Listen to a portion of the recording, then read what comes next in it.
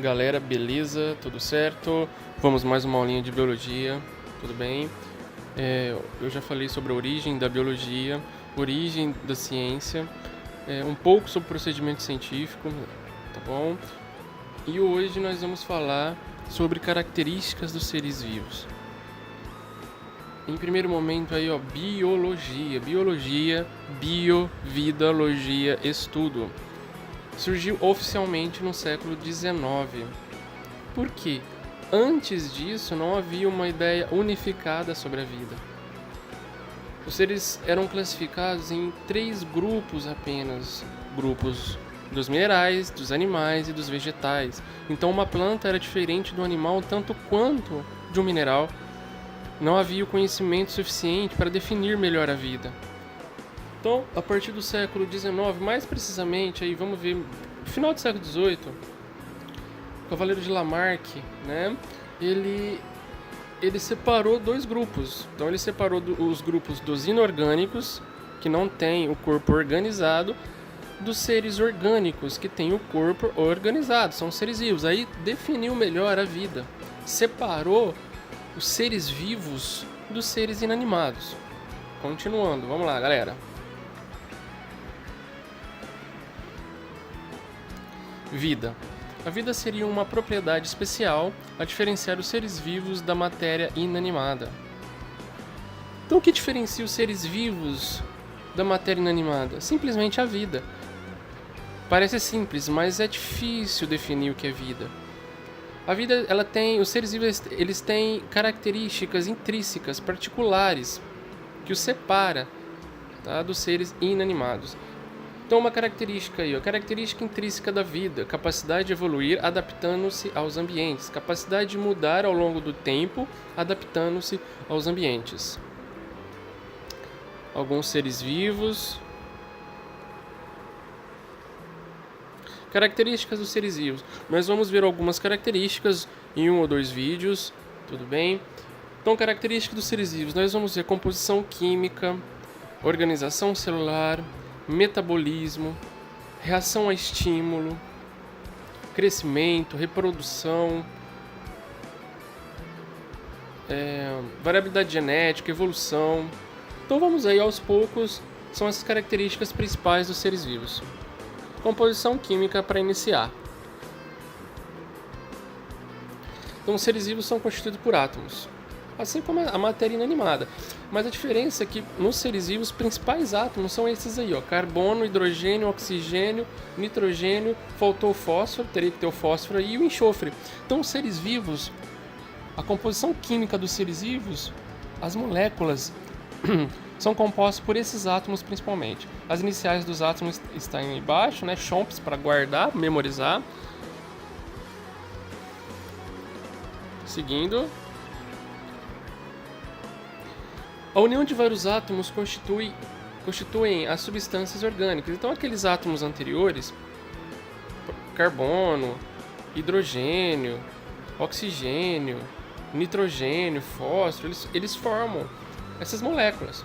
Proteínas, glicídios, lipídios, ácidos nucleicos.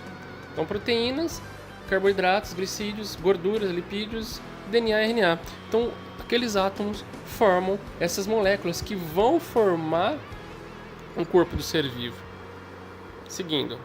Então, composição química principal dos seres vivos: carbono, hidrogênio, oxigênio, nitrogênio, fósforo e enxofre, que formam essas moléculas ali. Outra característica dos seres vivos é a organização celular, organização da matéria viva. Então, organização da matéria viva, organização celular. Quanto à organização celular, vai ter os tipos de célula e a quantidade de células que vai formar o ser vivo. Os tipos de células básicos que formam todos os seres vivos, ou o ser vivo vai ser formado por uma célula procarionte ou por uma célula eucarionte. São os tipos básicos de células. Células procariontes, elas não têm núcleo, o DNA fica solto no citoplasma. Forma os corpos das bactérias, por exemplo. Células eucariontes, a célula tem núcleo e forma os corpos dos animais, das plantas, dos fungos, dos protozoários, protistas. Com mais detalhes nós vamos ver mais para frente. Tudo bem. Os vírus apresentam moléculas orgânicas, porém são acelulares, ou seja, não são células. Tem moléculas orgânicas, como proteínas, RNA, DNA, mas não são células. Alguns cientistas consideram os vírus ser vivo, outros não. Classificação dos seres vivos quanto ao número de células, ainda organização celular. Então, composição química e organização celular, que é dividida em tipos de células e quantidade de células. Quanto ao número de células do ser vivo, o ser vivo ele pode ser constituído por uma única célula, por exemplo, bactérias, protozoários, alguns fungos e algumas algas, os fitoplânctons, por exemplo. Tem os seres vivos que são pluricelulares, ou seja, formados por muitas células, ou multicelulares, que é a mesma coisa. Os animais, as plantas, os fungos, protozoários também. Então, quanto à organização das células, podem ser de dois tipos as células, ou procarionte ou eucarionte. Os vírus são acelulares. Quanto ao número de células, há ser vivo com uma única célula e há ser vivos multicelulares. Seguindo. Seres unicelulares, seres multicelulares.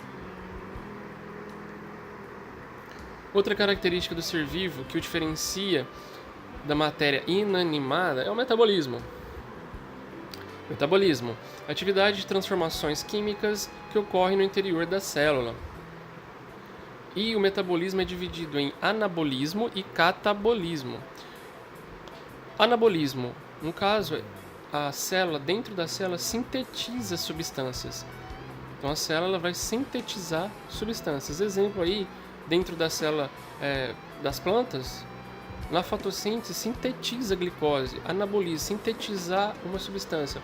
Por exemplo, sintetizar músculo, fazer músculo, é um anabolismo. Vão construir, formar uma substância, construir proteínas, anabolismo. Catabolismo, a quebra de substâncias dentro da célula, a quebra da glicose na respiração para dar energia. Então, a quebra de substâncias é o metabolismo, a transformação e a quebra de substâncias. Então, o metabolismo aí é dividido em dois. Uns exemplos aqui. Anabolismo, na fotossíntese, 6 moléculas de gás carbônico mais 12 moléculas de água vai gerar C6H12O6, que é a glicose, mais 6 moléculas de água, mais 6 moléculas de oxigênio. Então, anabolismo, a síntese de glicose. Lembrando que, olha os átomos, são os mesmos átomos que nós vimos no começo. Então, esses átomos que constituem a vida. Catabolismo, respiração, ou seja, a quebra da substância. Na respiração, então, a glicose, C6H12O6, mais o oxigênio, dentro da célula, ela é quebrada, liberando o CO2, 6 moléculas de gás carbônico, mais 6 moléculas de água. Sem erro, de boa, tranquilo. Outra característica do ser vivo, reação em movimento. Todo ser vivo reage a estímulo. Então, os seres vivos obedecem à lei da ação e reação.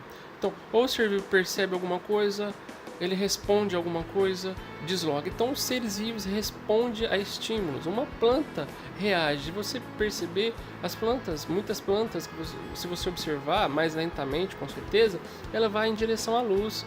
Outras reagem mais rápido, como as plantas carnívoras. Mas todos os seres vivos reagem a algum estímulo. Até uma ameba, se ela percebe algum estímulo químico no ambiente, ela vai desviar. As células respondem a estímulos químicos. Então, o visual, auditivo, quimicamente, então os seres vivos reagem e deslocam, por exemplo, se movimentam. Tá bom? Seguindo. Outra característica de seres vivos. Crescimento, outra característica. Então, os seres vivos crescem. E seguindo depois a reprodução. Todos os seres vivos crescem, exceção dos vírus. Os seres unicelulares, eles crescem em volume, através do aumento do tamanho de sua célula. Então, organismos unicelulares vão aumentar de tamanho, muitas vezes, para dividir. Então, os seres vivos unicelulares, eles aumentam de tamanho para dividir as suas células, tá? Para dividir, formar dois indivíduos, aumentar a população. Os seres multicelulares através do aumento do número de células. Então, seres multicelulares, por exemplo, como o humano, ele vai aumentar a quantidade de células para crescimento, vai crescer, um indivíduo vai crescer. Pensando, por exemplo, numa coisa assim não tão boa como o tumor, as células elas se dividem e o tumor cresce no mesmo indivíduo, não vai formar um outro indivíduo ali. Então aquele tecido ele cresce em tamanho. Já nos unicelulares, a célula, um indivíduo aumenta de volume para muitas vezes dividir e formar outro indivíduo, para aumentar a população. Seguindo, outra característica de todos os seres vivos: reprodução. É a propriedade que os seres vivos possuem de gerarem descendentes e que lhes permite perpetuar-se no ambiente. Estamos aí vendo o cavalo. Seguindo aí. Tipos de reprodução. Há dois tipos de reprodução. Tá certo? Reprodução assexuada ocorre sem a participação dos gametas, ou seja, não há o espermatozoide e não há o óvulo, não há a junção entre o espermatozoide e o óvulo. Reprodução assexuada ocorre sem gametas. Alguns exemplos de reprodução assexuada: a giardia, por bipartição binária ou cisciparidade, ela se divide, um indivíduo divide em dois idênticos, bipartição binária, sem os gametas. Outro exemplo, fragmentação das planárias. Esse animal aqui, você cortando ele em 4 pedaços, os 4 pedaços gerarão 4 novas planárias, sem os gametas. Lembrando que esses indivíduos serão iguais aos originais, clones. Outro aqui, clone mesmo, Clone da Dolly, esse é o primeiro mamífero clonado, que sem auxílio dos gametas gerou um indivíduo igual ao anterior, idêntico, material genético idêntico. E outra reprodução aqui é sexuada, ocorre com a participação dos gametas, que ocorre com o ser humano, com os mamíferos, com as aves, com muitos insetos. Tem gametas. Então, mamífero, espermatozoide. O espermatozoide entra no óvulo, a imagem não está tão boa. Seguindo. Em relação à reprodução, temos a fecundação cruzada. Os gametas que se unem são provenientes obrigatoriamente de indivíduos diferentes. Dois indivíduos diferentes, sexos diferentes. O macho e a fêmea. Então tem um indivíduo que é macho, tem um indivíduo que é fêmea, e indivíduos diferentes trocam. No caso aí, o macho fecunda a fêmea. Ou, por exemplo, em flor, uma flor de um indivíduo e a flor de outro indivíduo da mesma espécie, eles trocam, Uma flor, um inseto vai numa flor, depois leva o pólen para outra flor. Dessa mesma flor, pega o pólen e leva para outra flor. Fecundação cruzada, indivíduos diferentes. Seguindo. Autofecundação é como se a mulher autofecundasse. Não precisasse de um companheiro, por exemplo. Então, é como se ela mesma fecundasse, ela mesma ficasse grávida. Auto. Em relação à reprodução, desenvolvimento direto. Isso aí ocorre bastante em insetos. Ocorre sem a participação de larvas. É questão de metamorfose. Nos insetos ocorre isso, por exemplo. Desenvolvimento direto. Vamos lembrar da barata. A barata ela tem os ovos e depois, logo que nasce um indivíduo, uma ninfa parecida com um adulto. Não passa por desenvolvimento larval. Então é uma metamorfose aí incompleta, na verdade, um desenvolvimento direto. A ninfa, ela vai ser um mini adulto. Tá? O jovem é muito parecido com o adulto. Desenvolvimento indireto, ocorre a participação das larvas, mas é metamorfose. Lembrando, por exemplo, da borboleta. A borboleta tem a fase dos ovos, depois a fase larval, que é o famoso mandruvá, depois o casulo e depois o indivíduo adulto. Então, tem a fase larval. Mosca, a mosca varejeira tem isso também. Muitos besouros. Seguindo. A hereditariedade. Nós vamos continuar esse vídeo em outro vídeo, senão ele fica muito grande. Obrigado.